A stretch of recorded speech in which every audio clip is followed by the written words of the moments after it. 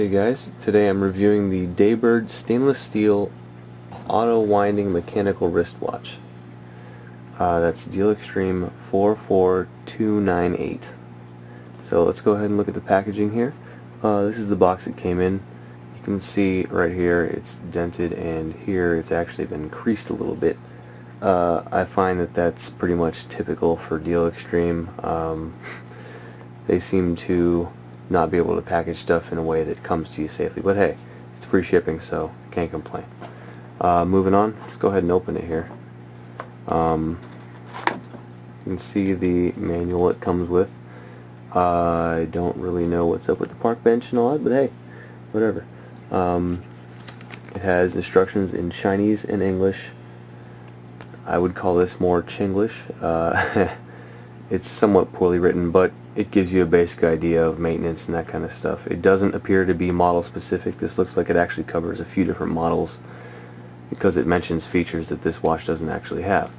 It does appear to come with a 1-year warranty.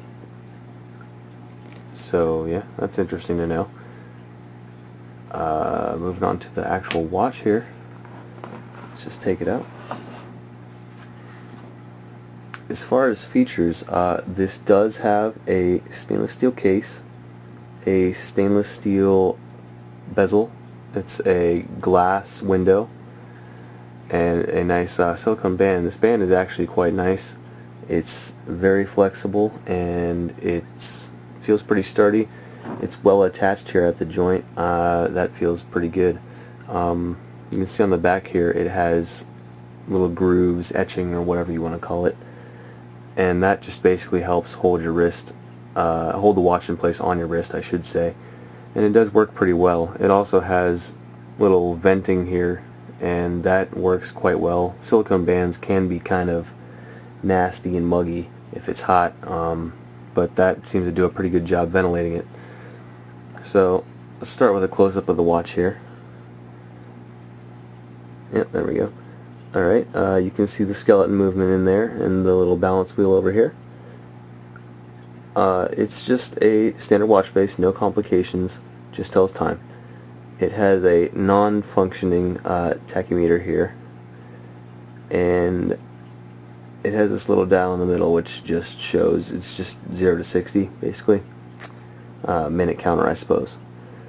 It is not numbered as far as hours.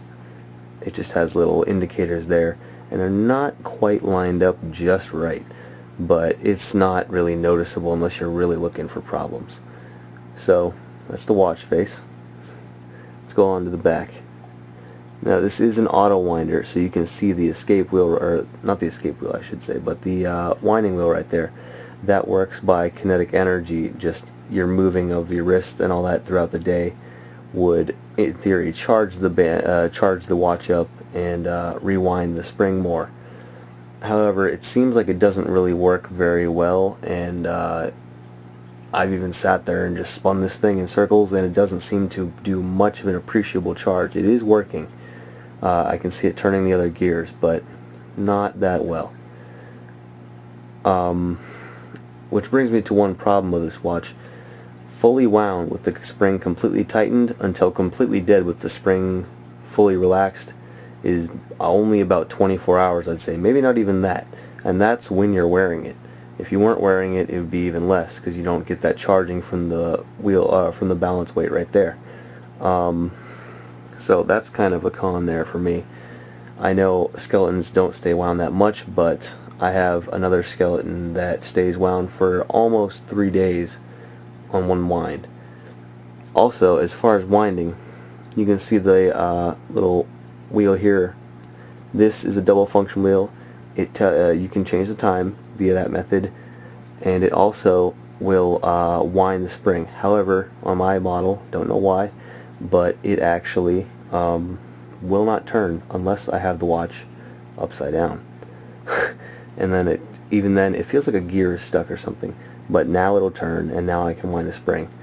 And these little notches here, or raised edges on either side, they're raised just too much for me, and they're too close, so it actually ends up making it very hard to wind this wheel, and it actually, my fingers are a little bit irritated from doing that every day because I have to wind it like twice a day to keep it going.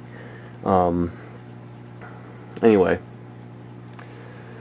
it says 1 atmosphere water resistant on the back case here. I don't know if you'll be able to read that or not, but I'm not going to try and I'm not going to see. It does seem to be sealed in all the right places though. I mean, I don't see any obvious glaring holes anywhere. Inside of here, you won't be able to see it, but inside there's actually a white plastic cage. It's not visible from the front, but if you look for it, you can find it on the back. That's kind of a con to me. It just shows that it's not completely all fully metal, but almost everything is inside of here. It looks very well built.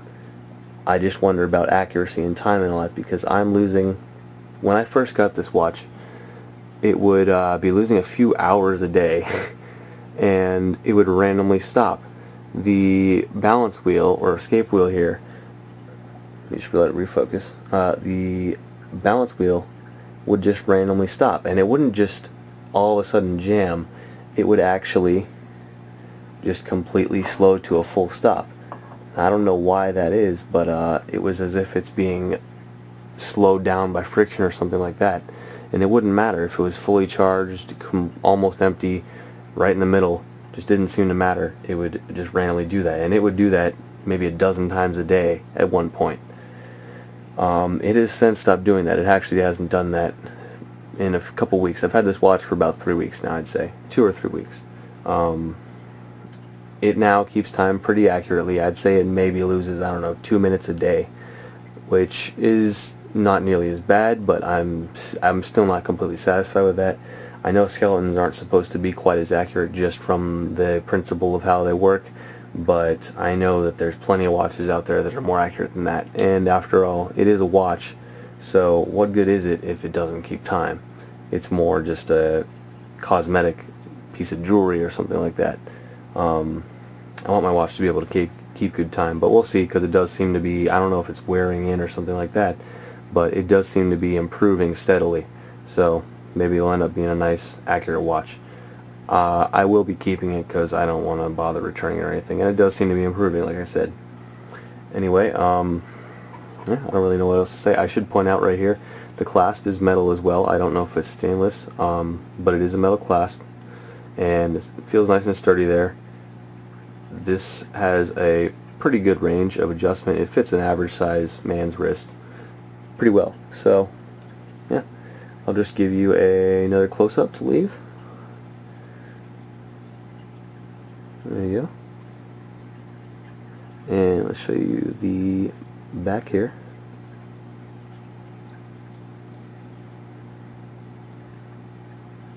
Alright, thanks for watching.